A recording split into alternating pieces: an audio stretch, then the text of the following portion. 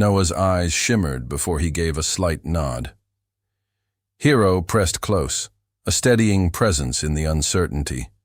Look even younger than his 8 years, taking a deep breath. James turned to face him fully.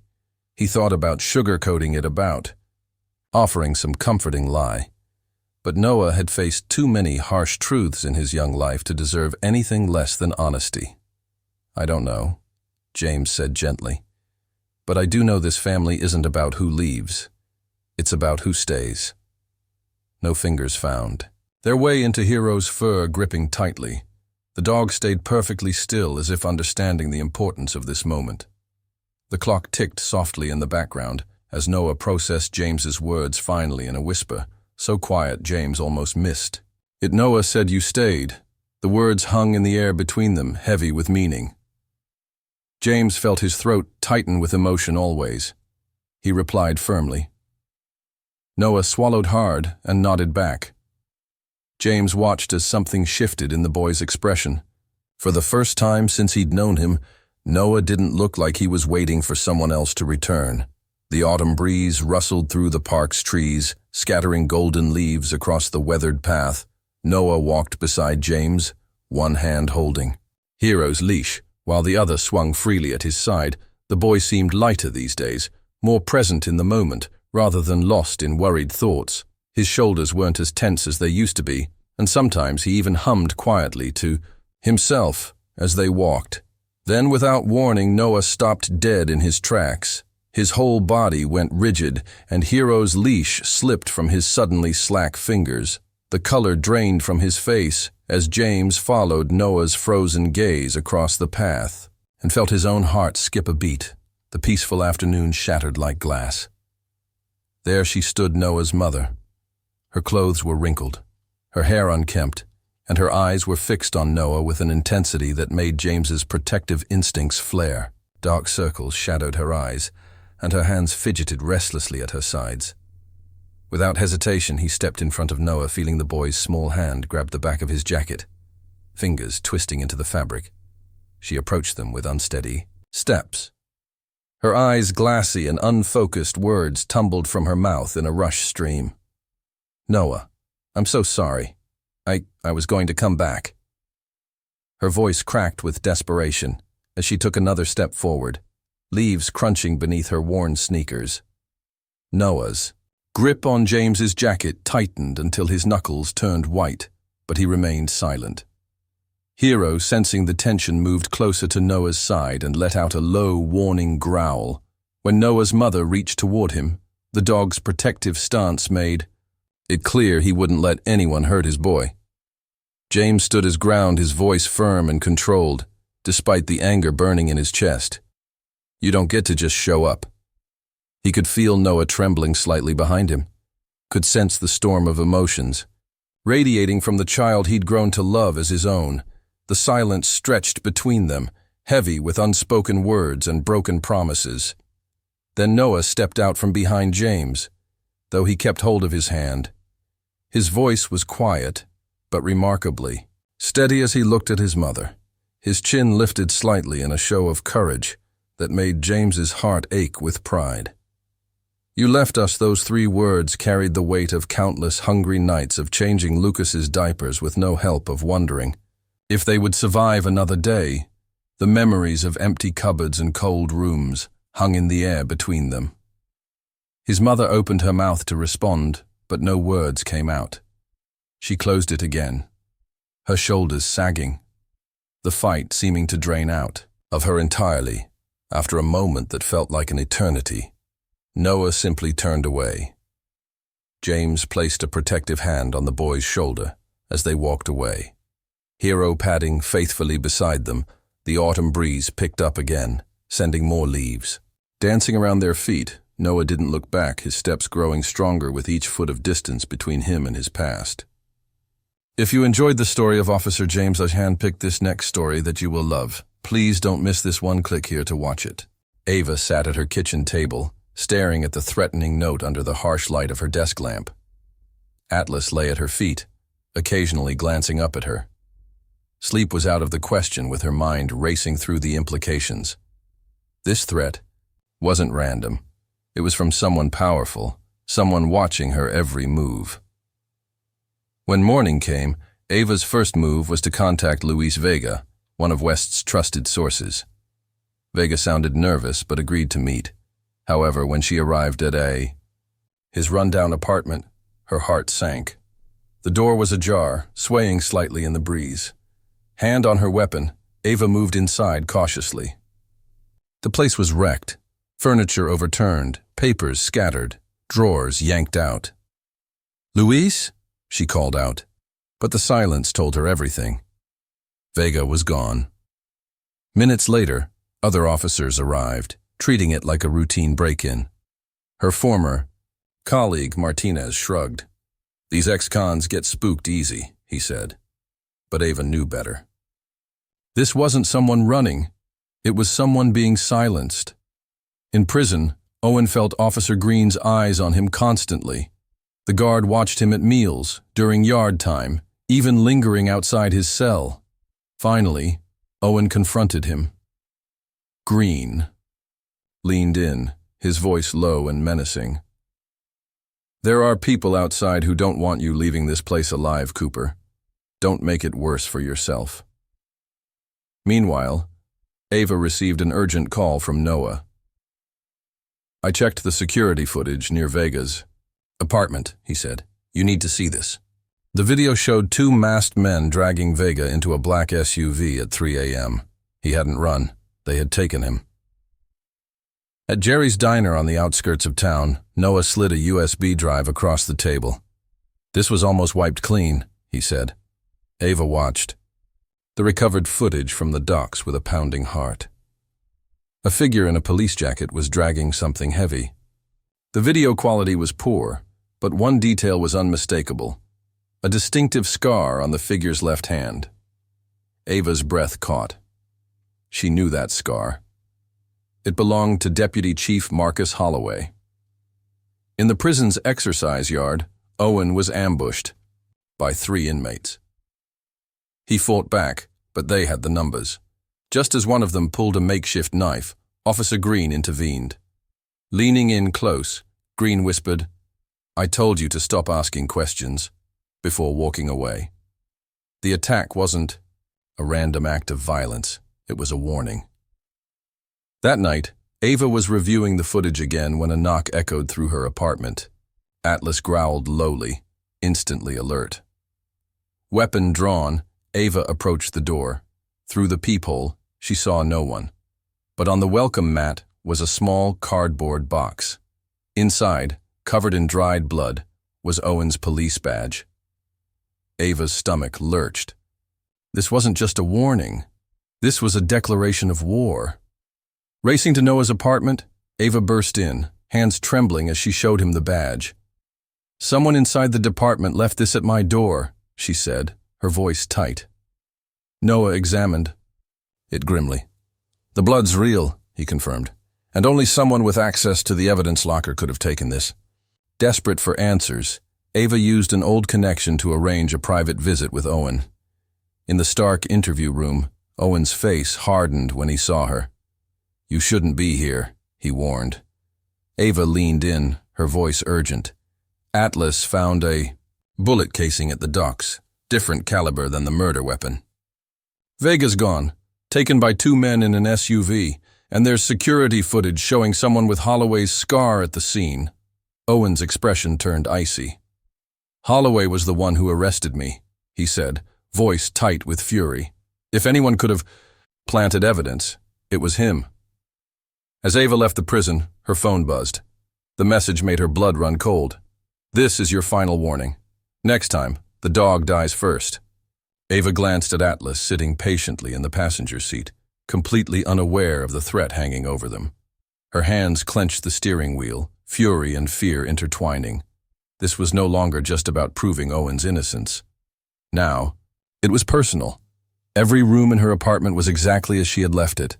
The living room untouched, the bedroom unchanged. But when she stepped into the kitchen, her breath caught. On the wooden table lay a manila envelope that definitely hadn't been there before. Wearing gloves, she cautiously opened it.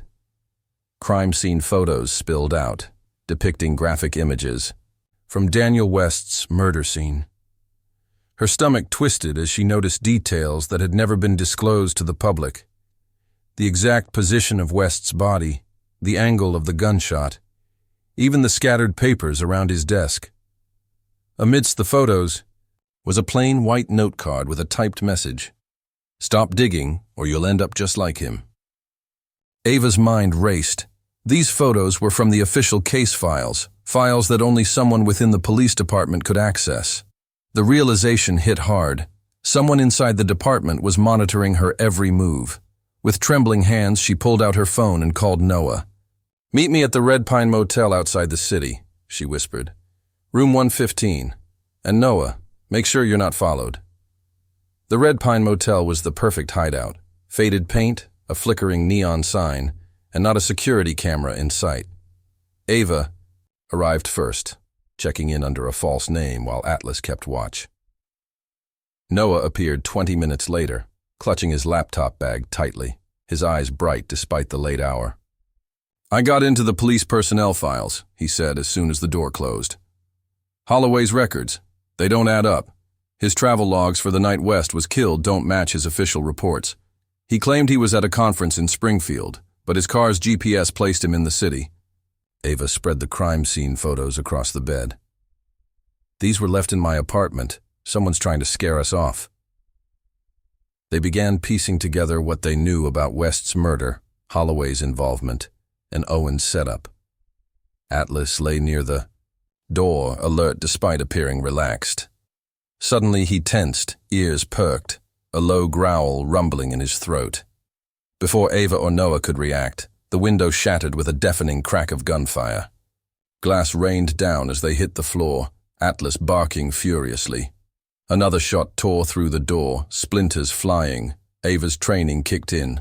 She rolled behind the bed, gun drawn, and fired 2 quick shots through the shattered window, but whoever had attacked them was already gone, the sound of screeching tires echoing into the night. "Are you hurt?" Ava called to Noah, who was huddled behind the bathroom doorframe. "No, I'm fine," he replied, voice shaking. "But we need to move." Grabbing their evidence, they fled to Ava's car, Atlas scanning the surroundings. "I know somewhere." "We can go," Ava said, her grip tight on the wheel. "Rye has a cabin in the woods, off the grid. No one else knows about it." As they drove, Noah pulled out his laptop. "I found something else," he said, steadier now. "Holloway made a wire transfer to a Cayman Islands account 3 days after West was killed. $200,000. No reason listed." Ava's jaw clenched. Hush money. Meanwhile, inside the prison, Owen faced a battle of his own. During yard time, Victor Crane, his new cellmate, attacked. To the guards, it looked like an ordinary fight, but Owen knew better. Crane's moves were too precise, too practiced. Owen managed to block a lethal jab, countering with enough force to stagger Crane back. Guards rushed in, but the message was clear. Someone wanted Owen dead before he could reveal the truth. Back at the cabin, Ava and Noah huddled over their findings. Hours ticked by as Noah worked to decrypt a flash drive they'd found hidden in a compartment at Beckett's ransacked apartment. When the files finally unlocked, audio recordings played, revealing Daniel West's voice questioning Detective Beckett about Holloway's task force and their illegal activities. The most chilling revelation was near the end. "Holloway knows." Beckett's voice trembled. "He called me into his office, told me to retire early or they'd retire me permanently." Ava's blood ran cold as the recordings continued. The final one mentioned someone helping Holloway, someone with influence. Inside the department, the name made her heart pound. Detective Ray Callahan, her mentor, the man who had taught her everything. He was part of it all. Across town, Owen seized his chance to escape during a riot. Knocking out a guard, he fled through darkened corridors, alarms blaring behind him. As he ran, one thought echoed in his mind. If he didn't reach Ava in time, everything would be lost. At the cabin, Ava stared at the evidence spread across the table, the bullet casing, West's notes, the wire transfer, records. Her jaw tightened with determination as she grabbed her car keys. They were running out of time. Ava felt sick when she saw the evidence, but her mind refused to accept it. She pulled out her phone, hesitating before calling Ray. When he answered, she told him to meet her at Amal's. The bar was nearly empty when Ray arrived, his face calm, as always. He ordered a whiskey, and Ava stayed silent, placing a flash drive on the table. Ray's eyes fixed on it, his expression faltering for a moment. His tone was cold as he admitted he never wanted her involved and warned she should have. Left things alone. When Ava's voice cracked, asking if he helped frame Owen, Ray's shoulders sagged as he confessed. Meanwhile, Owen scaled the prison fence, dodging bullets. He landed hard, pain flaring in his shoulder, but kept moving until a black SUV blocked his path. He was dragged inside before he could react. Back at the bar, Ray slid a gun across the table, giving Ava a chance to walk away. Elsewhere, Owen struggled against his captors in the SUV, pain pulsing through his injured shoulder as they drove to a rundown warehouse. Inside, Marcus Holloway greeted him with cold disdain. Owen assessed his grim situation, wrists bound, guards everywhere, and Holloway mocking him. Across town, Ava and Ray discovered an encrypted text linking Holloway to an abandoned warehouse. Ignoring Ray's warning, Ava geared up to rescue Owen. In the warehouse, Owen fought desperately, freeing himself and taking down guards despite his injuries. Holloway, unfazed, slipped out, locking the door behind him. Ava and Ray moved through, the shadows, silently taking out guards. Inside, Owen fought the last guard, using a scrap of metal to gain the upper hand. He broke through the locked door, only to face Holloway's gun. A shot rang out, striking Holloway's arm. Ava and Ray stood. In the entrance, weapons aimed. Holloway sneered, dismissing their efforts, but a hidden recorder proved otherwise. Cornered, Holloway attacked Ava with a knife, wounding her. Owen lunged at Holloway, the two battling viciously until Atlas, Owen's dog, burst in, saving him. Ray took up Ava's fallen gun, holding Holloway at gunpoint as sirens approached. Even as he was arrested, Holloway's threats lingered, warning of deeper corruption. In the aftermath, key evidence vanished from police archives, but Noah's backups exposed the truth. The scandal went public, and Owen was exonerated. Ray, now a target, told Ava and Owen he was leaving town. Owen's cold response hinted at unresolved anger. As Ray disappeared into the night, Ava and Owen stood together, knowing this victory was only the beginning. The warmth of the setting sun brushed Owen's face as he leaned back, eyes half closed. Atlas dozed beside him, occasionally twitching, in his sleep. The soft crunch of footsteps in the sand made Owen glance up. Ava approached, 2 beers in hand. She tossed one to him and settled down nearby. "So, what now?" she asked, her gaze fixed on the horizon ablaze with shades of orange and pink. Owen took a long drink, letting the silence stretch. "We keep going," he replied finally.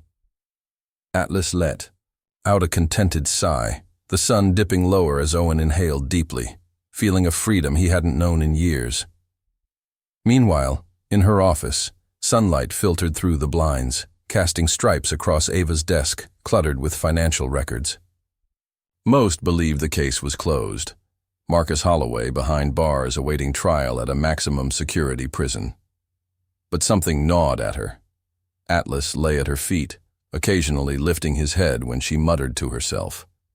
As her eyes narrowed, "On a series of wire transfers from an offshore account that should have been frozen," she whispered. "This can't be right," and reached for her phone to call Owen. Within the hour, Owen and Noah were at her office analyzing the evidence. Noah's fingers flew over his laptop keyboard, tracing the money trail. "These transactions," Noah pointed at the screen, "are being funneled through shell companies, but they all lead back to Riverdale Maximum Security Prison." Owen's jaw tightened.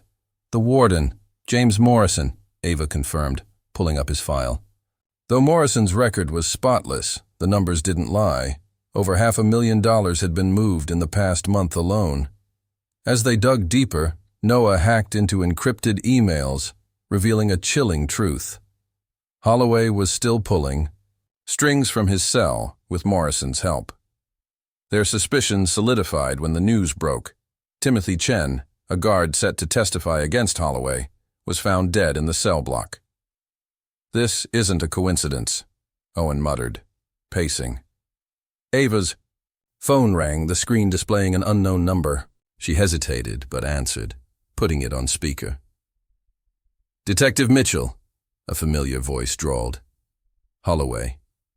Ava's grip tightened. "How did you get this number?" she demanded. Holloway's laugh echoed through the speaker. "I told you, Detective.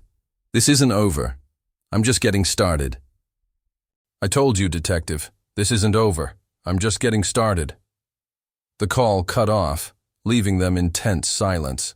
Atlas growled softly, sensing the unease. Federal Prosecutor Jenna Chen listened intently as Owen and Ava presented their findings, urging Holloway's complete isolation. But without concrete proof of ongoing crimes, Chen hesitated. The tension in the room broke when Ava's phone buzzed with a text from an unknown number. "Park, 20 minutes. Come alone." The cryptic style was unmistakable. Ray. At the park, Ray emerged from the shadows, looking worn and tired. "Holloway's planning something big," he said, skipping pleasantries. "An escape during his transfer to federal custody." Ava's pulse quickened. "How do you know?" "I still have contacts," Ray replied. "They've got everything planned, routes, timing, backup. It's happening next week." Back at Ava's apartment, they formulated a plan. Feed false information through Ray to mislead Holloway's men. When the ambush came, SWAT and FBI teams would be ready. On the night of the transfer, SWAT teams lay in wait, FBI agents hidden at key points. Owen and Ava watched from an unmarked car, Atlas alert in the back seat. Right on schedule, black SUVs approached, their occupants armed and ready. As Ava gave the signal, floodlights burst to life, illuminating the scene. Caught off guard, Holloway's men opened fire but were swiftly overwhelmed. Yet amidst the chaos, Holloway was nowhere to be found. "He's not here," Ava called to Owen, frustration sharpening her tone. "He knew," Owen growled, scanning the area. Atlas suddenly went rigid, ears pricked. With a low growl, he darted forward, leading them to a rundown maintenance shed. Hidden beneath rotting floorboards, they uncovered a narrow tunnel. "Clever," Owen muttered, drawing his weapon. Inside, Holloway emerged from the shadows, gun in hand and a smug grin on his face. "Detective," he sneered, "let's finish." "This!" Owen lunged, knocking the gun away, and the two clashed in a brutal fight. Holloway's strength was evident, but he hadn't accounted for Atlas. The dog leaped, powerful jaws clamping down on Holloway's arm, buying Owen enough time to land a decisive blow. Moments later, Ava secured Holloway's wrists with handcuffs, satisfaction clear in her eyes. "You're under arrest," she said coolly. FBI agents swarmed the scene, ensuring Holloway wouldn't escape again. In the weeks that followed, the dust began to settle. Owen stood in the police chief's office as his record was cleared, but when his badge was pushed across the desk, he shook his head. "I'm done with this life," he told Ava later. She understood. She too had faced her own crossroads and had handed in her resignation. Together they started something new, Mitchell Investigations, an agency dedicated to uncovering the truth no matter how deep it was buried. Noah joined them, bringing his tech skills to the team. Atlas, finally retired, spent his days playing fetch and basking in attention. His eyes shone brighter, his days filled with carefree joy instead of danger. One warm evening, Ava and Owen sat on the beach, beers in hand, watching Atlas chase seagulls. "You ever gonna settle down?" Ava teased. Owen chuckled, taking a sip. "Maybe," he replied, eyes on the horizon. They fell into a comfortable silence as the sun dipped lower, painting the sky in hues of gold and crimson. For the first time in a long time, the road ahead was theirs to choose, unburdened, open, and full of possibilities. If you love the story of Owen and Atlas, there's another one waiting for you. Click here to dive into the next chapter.